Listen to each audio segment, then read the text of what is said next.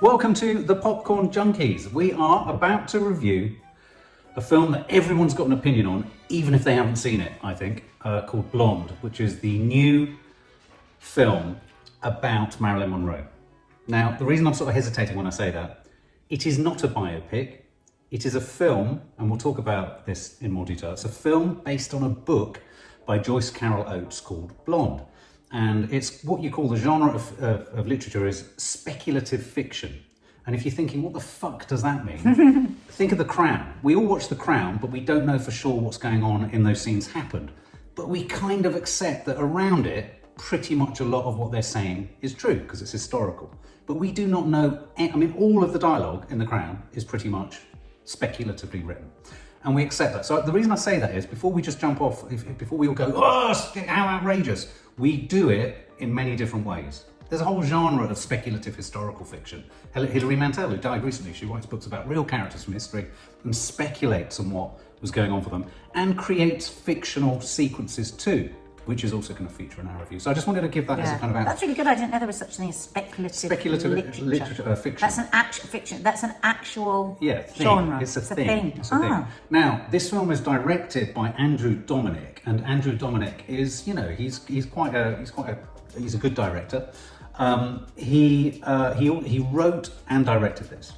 I've talked a lot on the Weekly Rushes about how this film, from a very... adapted it from the book. It from the book. And interestingly, again, before anyone kind of jumps on me, Joyce Carol Oates, the author, has come out in support of the film. She says, and I want to plop this on the table right at the beginning. She says she sees this as a deeply feminist film. Wow. That's the author. Because that's been a lot of criticism around that. A lot of criticism about this. Now, of course, it tells the story of Marilyn Monroe's life. And I think it's safe to say, because it's speculative, it takes great liberties with certain aspects of her life. Huge liberties. Yeah, huge liberties. But interestingly, it's not like an account where you take money out, you go into the red, you put money back in, you go into the black, and if you put the same amount in, with the truth and you take the same amount out, you equalise it. It doesn't work like that in life, because reputation can be affected in different ways.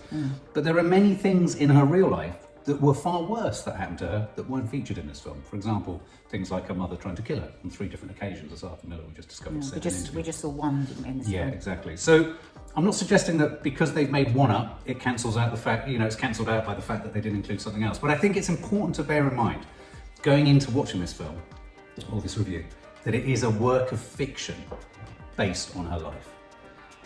But that presents all sorts of difficulties, which, as you came to this film, did you know any of that? Is it important that you should have known all of that? And as you started to watch it, were you just thinking, oh, I'm watching a biopic? Well, I've always been a huge Marilyn fan. When I was a teenager, my whole room was decked out with her photos. I knew about Joe DiMaggio being a violent husband. I knew a lot about Arthur Miller. I'd read lots of stuff over the years.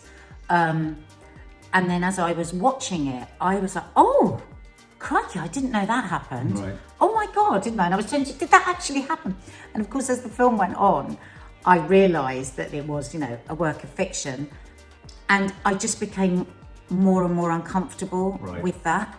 And we said earlier today, didn't we? If we'd reviewed this film straight after we'd watched it, we probably would have got a sea of hate and abuse having watched what's gone online. Well, as we stepped into doing this review, it's with great... Sorry, darling. As we stepped into doing this review, it's with great sort of sensitivity and with, choosing where to place our feet, kind of, with great kind of concern and care. Because there is such a strong response and such a strong reaction to this film, anti-reaction to this film. People are describing it as exploitative, as it's sort of denigrating her image, misogynistic, anti-feminist, pro-life, anti-abortion, all of these things, which all of these topics are intercepted by this film for sure. But people's responses are incredibly powerful. I'm just going to use this parallel. I mean, let's not forget that it got a 14-minute standing ovation at Venice Film Festival. Yeah. That was the first thing I heard about this movie. Now, we haven't talked about the cast. At the heart of this is a woman called Ana de Armas, and most of you film lovers will know her from Knives Out. She also played a small part in Blade Runner 2049, which is where me and Maddie first came across her, and we were mesmerised by her in that as well, which was amazing. Exquisite. Now, she plays Marilyn Monroe. And for me, it's not just about likeness in terms of look or likeness in terms of voice, but she was absolutely pilloried when the trailer came out. Absolutely pilloried. People saying for her voice, for the the voice of Marilyn. Oh. And I'm sorry. I think Ana de Armas avails herself brilliantly in this film. I thought she was absolutely phenomenal. Exquisitely good. Yeah, I mean, and in a strange way, the longer I sat with her, the more like Marilyn she became. Because I became more and more immersed. Well, our daughter said she became more like Marilyn. Yeah, yeah. That was the weird thing. We were looking at pictures. It was so, I suppose she became like our memory of Marilyn, yes. our image of Marilyn. Yeah. It was such a clever film for that. Yeah, it really was. It really was. So you really buy into the fact that she's Marilyn. As the film goes on, the lighting is so extraordinary. She gets that luminesce light coming through her, doesn't she, that we think of when we think of Marilyn. Because for me, she's a goddess. Right. You know, she had reached goddess status as a young teenager. She was just like, that was woman to me. Yeah. That was what I aspired to be, was to be like Marilyn, which was, and what was that idea I had of Marilyn? I suppose that she was joyful. It's weird, isn't it? Because I think that really, even though this film is very dark, I did get all those things that I think about Marilyn, that I've always thought about Marilyn, that there was this joy in her at the same time as this torment and this, I want to say fragility, but I don't think of her as fragile. I think of her as a survivor, an incredible survivor with real strength and a real ambition for a really good life. She was ferociously ambitious, Parking the Actress, for a good life. She wanted to be happy. She wanted it all. She wanted a relationship. She wanted children. She wanted a career. She wanted to improve herself intellectually because she was very clever, but she hadn't been given chances in life. So I just thought, and of course she was so beautiful and so sexy, and she was the kind of sexy I wanted to be. Yeah. So she was all those things to me. And I, starting with all the good stuff about the film, saw all of that in that film. Everything I feel about Marilyn, I saw in the film. But of course, we saw a whole lot more. Well, yeah, I mean, what was my take on Marilyn before we went into it? I mean, my mother has always been she was hugely into Marilyn Monroe when I was younger. I always remember there being documentaries and programs made about the suspicious circumstances in which her death happened. I always came to Marilyn from her death first and discovered her in films. I mean, I never particularly warmed to the film, apart from Some Like It Hot. I thought she was just brilliant in that. I loved all the films. Comic timing, They shoot horses, don't they? The Arthur Miller right, one. Yeah. I just loved every film. I loved her in. And so for me, maybe it was because of how I, in a sense, accessed her star image. For me, the aspect of a Hollywood star who's died beyond, at an age they shouldn't have done, is indelibly entwined with the tragedy of their death. So for me, Marilyn Monroe's image and her appeal is about trauma. It's about the trauma dying of her young, life. like James Dean, exactly, isn't it? Exactly. Dying young. Yeah. What were the circumstances? How happy was she? Was she exploited by JFK? What was the trauma that happened in her life? How awful was her mum? She never knew her dad. All that kind of stuff is, exploited by the star system. Another classic is Dede Gardner. It's that sort of, it's the broken star that people want to almost look after. And I think that's why this film has had such a visceral response from so many people, because I really feel this strongly. People, I think, want a certain level of trauma to the story of Marilyn Monroe that's acceptable, dealable with, candle in the wind-esque. I want to accept that she had a difficult time so far. But I don't want to entertain the thought. And my feeling about this film is it's not telling us it's happened, though we'll get into the rights and wrongs of how they did that. This film entertains the thought that perhaps it was much worse than any of us choose to think. Or perhaps it wasn't. Or because we don't know. And that's where the film becomes really difficult for me, because I love Marilyn and I am fascinated by what makes people tick. And I am really interested in trauma and the way that it impacts and what the results are of people's trauma. So for personally, as a fan of Marilyn, I don't want to just see her at just one level. No. So if all these things happen to her, I'm okay with knowing all of that. But where it became so difficult for me, the films, and where I did feel protective, not just of Marilyn, but of the other named people in it. Sure. That do the most horrific things. Is this a spoiler? Yeah. We see a brutal rape by JF Kennedy. We see that. I found that so upsetting. It was totally It distressing. was so distressing, that blowjob. The first rape in the casting room, which was like Weinstein. I've just listened to the whole series on Weinstein and heard a lot of the testimonies from women that had something very similar happen to it. And so I found it really, really upsetting, and I really must warn you, it's very triggering. But there's no evidence. I'm disgusted that these are named people in a scene of the most awful, in these awful scenes. Well, it should have had, for me, this is a work of fiction. I totally agree. I mean, I think, whilst I'm, on the one hand, and this is the problem with this film. The problem for this film is that in this kind of fake news age where we're driven algorithmically by everything, where most young viewers are going to come to this, and most youngsters are going to be, it's already got that cachet. Yeah. Have you seen the Marilyn Monroe thing? It's so explicit. I didn't know JFK was the rapist. So, of course... we don't know he was. And they don't have a disclaimer at the front of this, where I do think it would have benefited from them saying, this is a work of fiction.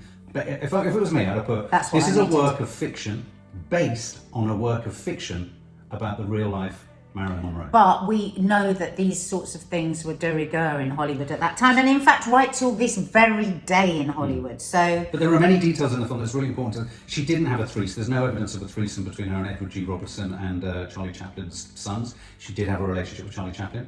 Her mother, I think... So how does the writer, I wonder, Joyce Carol defend Oates this as a feminist work? I'm much more curious to ask the question of Joyce Carol Oates. When this film started, when I heard about this film happening, I've always had a problem with speculative fiction. It's why I've bailed out of The Crown.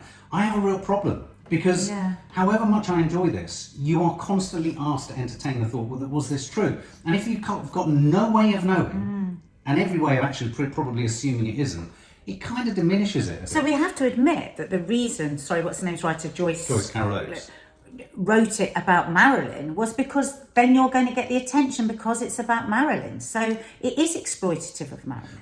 Or because you could have done created it about a fictional star. Exactly. We could have done that and exact is this loosely based story, on Marilyn? But you ain't going to get a standing ovation in Venice, and you ain't going to get... She has been used. Her name has been used. Well, but there are so many parts of this that are so curious, aren't there? Like the royal family are used in The Crown. The Marilyn Monroe estate have given it their sanctioning.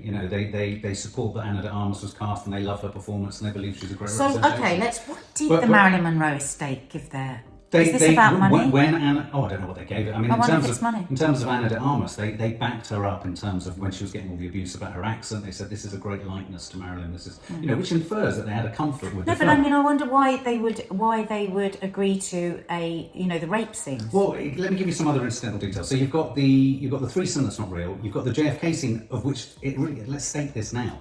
There is zero proof of that scene. Zero. And we were watching it with a couple of young people, and I said, is there anywhere written down anywhere that Marilyn has said this happened? No. And the young people that were with us said, well, probably did.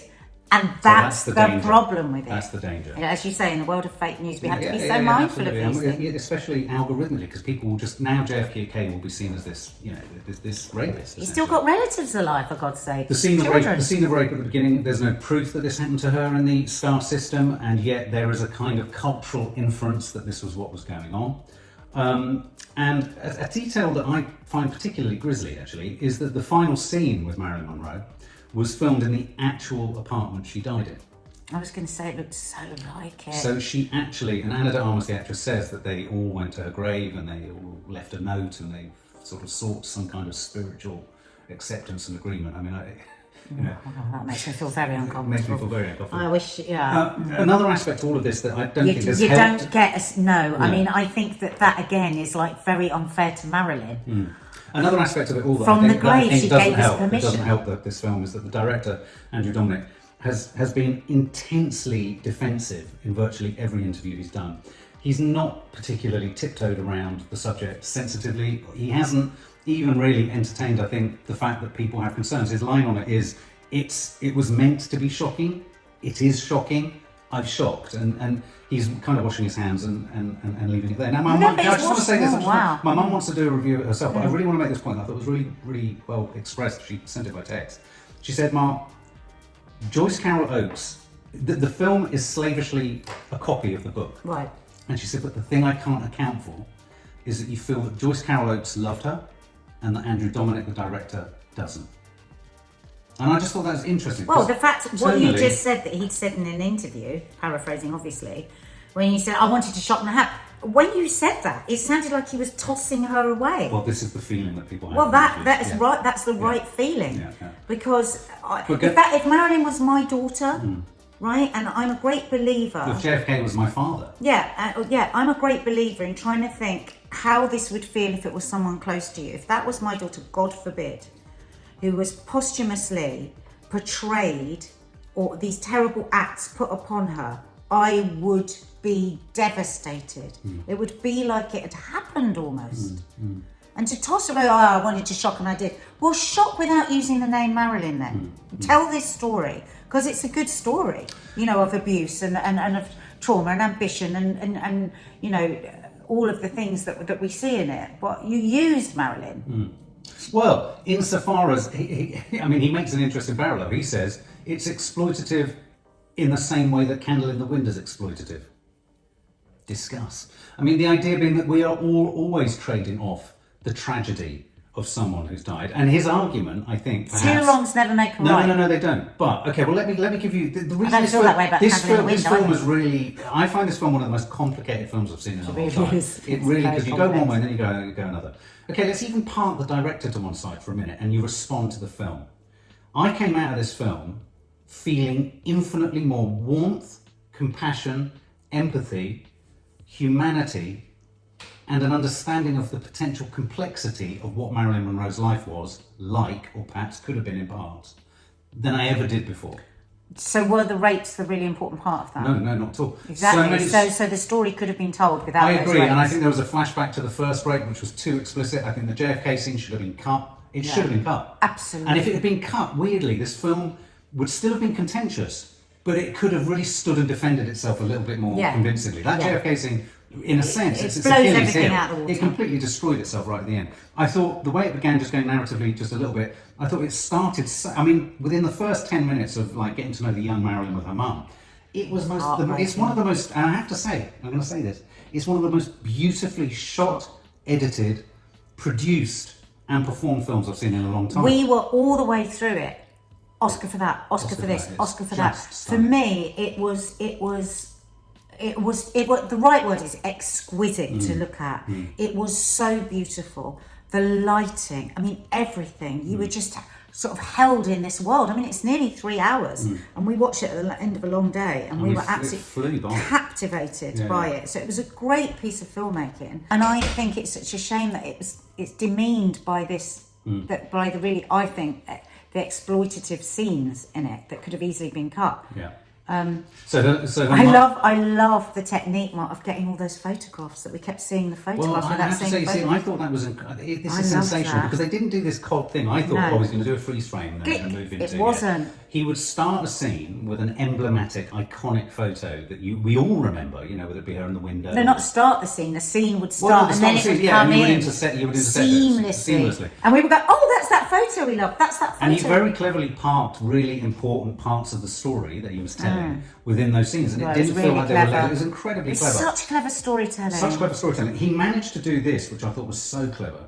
He created such a blur between real life and the artificial sort of circus, if you like, of Hollywood that would have been the psychology of her life. This strange double existence where there was the most beautiful scene where she was like at the point where she was sort of being drugged or taking drugs. She was on a plane. She stood up to go to the loo. She stumbled. She gives me goosebumps. She stumbles into the audience. She's in the audience. She comes back. She causes and she lies back down. And what about when she's walking through the crowd and you think, oh, what's strange?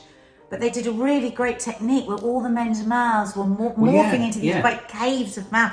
And it was just, it was horrific. Men get a bad time. Well, I was going to say, can this film be misogynistic if its subject matter is misogyny? Of course it can. Yes, it can. Of course. But there are parts of it. Men aren't nice in this. He wanted to shock and he did. That's a misogynistic attitude. Right. He just used her and tossed her. Right. And it's a shame because he's a brilliant filmmaker. There are moments in this that I didn't realise though, and I think all I kind of want to do is champion some of those moments that aren't getting a look in.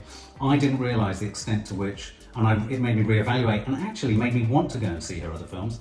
The fact that she wanted to be a serious actress, the sort of, whether it was Stanislavski, I knew that. The acting classes, the way in which there's one scene between her and Adrien Brody as Arthur Miller where they're talking about Chekhov. It was one of the most beautiful fall in love moments. Lovely. And I thought, how can someone direct something like that so tenderly? I know. Well. What? Not very nice people can have lots of sides to them. Well, but is that not maybe a fairer description of this film? I don't think it wipes out the fact that he wanted to shock and he tossed her to one side and that awful rape. I can't forgive him for that. I think it's absolutely appalling.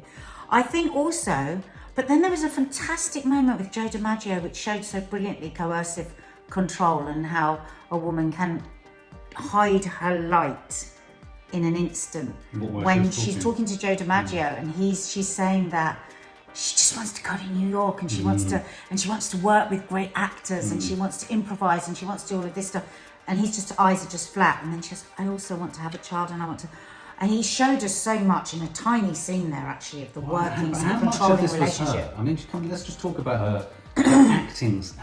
I feel like I saw so many different Marilyns at so many different parts of her life, obviously. And I think that was what was really good about the film, because this is what I'm always banging on about. People want women to be just one thing. Yeah. And she was a complex, complicated person in a way that a person is that's had such a traumatic childhood. I mean, a childhood. Imagine your mother is like completely gone mentally, trying to kill you, drinking, an alcoholic, and she's a survivor. She, even though she dies in the end, I still felt the survivor in her. It was kind of creepy the way one thing was happening in the film, but I was still able to think other things. I felt like I was being driven one way, and yet I could keep my course. Yeah. It was weird. The other big thing about the film that's caused a lot of controversy is its depiction of abortions and the pregnant fetus. We have scenes in the film where the fetus is imaginatively talking to her. I do worry that people have got a little bit literal with this. And again, it's interesting how the director talks about this. His line on this is people are having a heightened response to this in the post-Roe Wade rollback. Good. We need a heightened response because look what's happened with the Roe Wade rollback. We have to be really aware of what's going out there. But I didn't feel the film was pro-life or anti-abortion. Well, the funny thing is, straight after the film, I didn't. And in fact, on Coffee Moaning, I said, what do they mean? Because what I had read was from it that this was a woman that was very, very troubled and was imagining these things. But of course, what he's done is he's gifted the pro-lifers something very powerful for the pro-life argument. Again, it's a man's POV. You've got no idea, mister, actually what does happen psychologically to a woman. Nobody wants to have an abortion. I mean, nobody feels nothing about having an abortion. And I think it just laid open a whole lot of really serious stuff around the discussion with it, which he said, it's a very important discussion. I would be really, really mindful if I was somebody that was still struggling with the morality of having a termination, because I think it could really, really hurt people. See, I agree. Because we see a fetus talking and saying, you did this to me. The camera is inside her womb. And we've got a shot of the moment of conception, which is the big argument between pro-lifers and pro-choice. But do you see? But I hear what you're saying, and I totally agree. And I think that is how. I don't think you meant to do it. I don't think you did. Enough about I think what I read, and it's interesting what people read into that. I was reading this. I read the whole pregnancies thing in terms of the life she could have had if she pursued the life that she kind of shared. She sort of acquiesced and said to Joe DiMaggio, I want to be a wife and live in a sort of suburb and da-da-da. I thought, for me, this was an entertaining of the narrative that could have been Marilyn Monroe's life if she wasn't in this industry in which she becomes a victim, or the suspicious circumstances around her death, the way in which she was used by the system or marginalised. So I suppose but maybe that's me being a typical man. I'm not looking at how nuanced, and I do worry, and I wonder whether what is wrong with this film and what's eliciting a lot of hostility is that he treats everything in the same way within it, but has no understanding of those aspects that he's represented that are just too deeply felt by women. Because it's coming from a male perspective. Yeah. That's the problem with it. Yeah. And he will not grow as a filmmaker if he doesn't listen. Now, obviously, there's a lot of noise and there's people getting on a bandwagon and It's helping drive people and to cancel community are like on a buzz.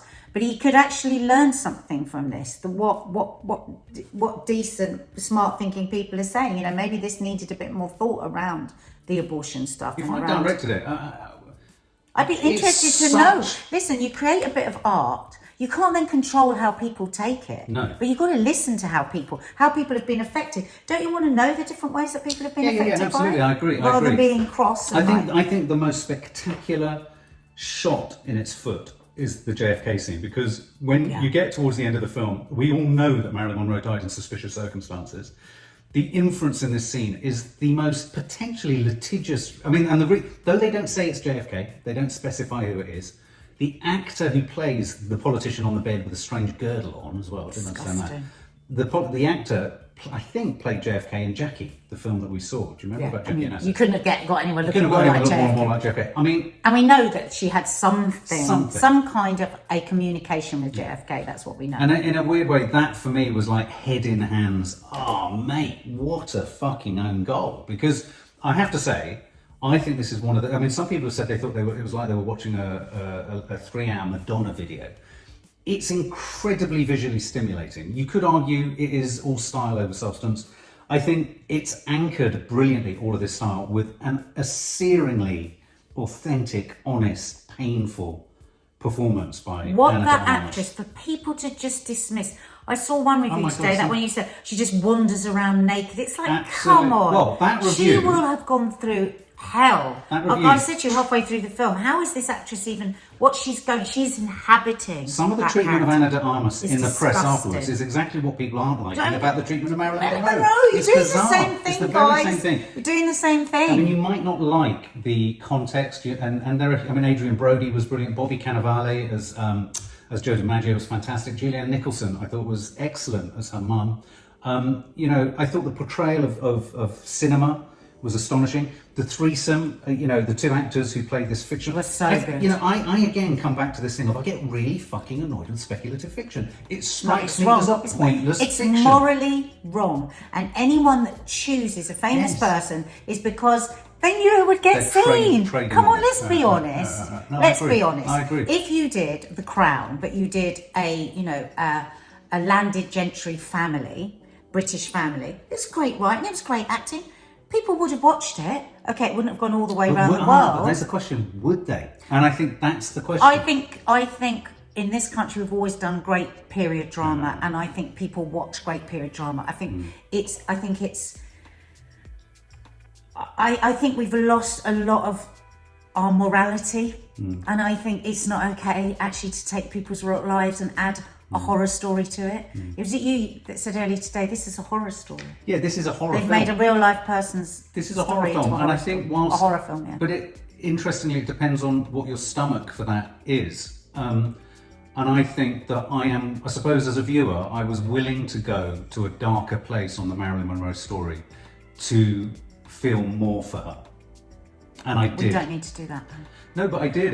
You know what it's like? I think we shouldn't call it speculative fiction because it sounds too fancy. It's almost like what they do on reality television, where they take real people and they say, we're showing you the real them, but then it's so manipulated, it's so edited, it's so that actually nobody's getting a fair shot, actually. And it's a bit like that. Yeah, I kind of It's agree. like intellectual reality TV fiction. I would say that this film does, I think some of its more subtle, nuanced, favourable aspects of Marilyn Monroe's character and life have been entirely eclipsed by those aspects, which really are, I think, missteps, mistakes, insensitivities in the filmmaking. I do think... Well, arrogance and just moving through, wanting to shock everyone. Yeah, there's an abrasiveness to it, I Where's think, your moral code? That is troubling. The weird thing about it is, I would have absolutely said Ana de Armas deserved to win the Oscar. She won't probably even be nominated, given the hoo-ha about this. Adrien Brody was brilliant, and I think cinematography. I mean, if you're, again, has to be an Oscar. But again, in saying that, are you being as disengaged with the subject matter as we're accusing the director of being? I think the director. That's too complicated for me. I can't work that one out. I think the director was emotionally disengaged, and because of the strength of his lead actress, those moments of humanity punched through because of her performance. Is he a victim, almost, the director, of a method actor? In her? Well, in the way that he directed, he was so in what he was showing that he method directed and forgot that. No, I think what's happened because the nicest actor, who's a method actor, can become a monster because they actually lose sight of what. I totally agree. I think what has happened here is in the edit, and this happens in television a lot. A brutalism creeps in. If you think of poverty porn and all these genres, a brutalism kicks in because you're thinking, I'm making something that's going to be watched by people. And I think, sadly, what will have happened with this director is in the edit, he'll have had all these scenes, he'll have had all these moments in our life, he'll have been juggling them up on the timeline, at some point, he will have become disengaged with the emotional... But that's what people are arguing. Yeah, and I think they're right. Treated... So he was trying to show what the treatment of her was, and then he was treating her in the way that he was showing the treatment of. Yeah. It's like... But then again... He says it's exploitative, but he says it's exploitative at the opposite end of the spectrum. He finds Candle in the Wind offensive and exploitative in a different way. Let's not be disingenuous that he did all of this to balance out Candle in the Wind, because we're going to have to send you to your room with no dinner over that one. I love Elton. Because that's cheap. I think he, as a director, he needs to learn from the conversations that are going on. Yeah, and I think he also needs to, and so the thing that I loved about this film as well was I thought it looked so stimulating. It moved at such a pace, at such a link. Yeah. It had moments where it didn't move at such a pace, but it was some of the best filmmaking I've seen, and that's frustrating as hell because you can feel how he had a lack of compassion. Cheap at the end. He had a lack of compassion. But at the end of all that, I'll watch other films he directs. I will watch that actress for everything she does, and I am heartbroken for her that people are picking on her. It's just no.